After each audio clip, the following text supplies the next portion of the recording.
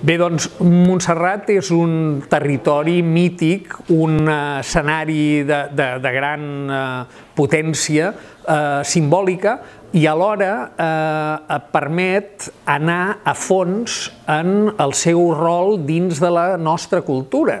A Montserrat, des de l'òptica d'un gènere, pots matar monjos molt fàcilment, però de seguida, quan furgues i busques dins d'una trama el per què hi ha hagut aquestes morts, et trobes amb tota una riquíssima història cultural, amb grans moments brillants i també amb algun moment fosc.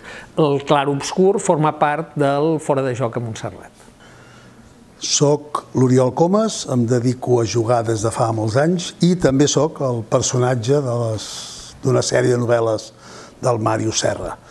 Com a persona que em dedico als jocs i com a personatge d'aquestes novel·les, ara de Fora de Joc a Montserrat, tinc una obsessió, tinc una dèria per elaborar un cànon dels millors jocs de la història. I la novel·la va d'això.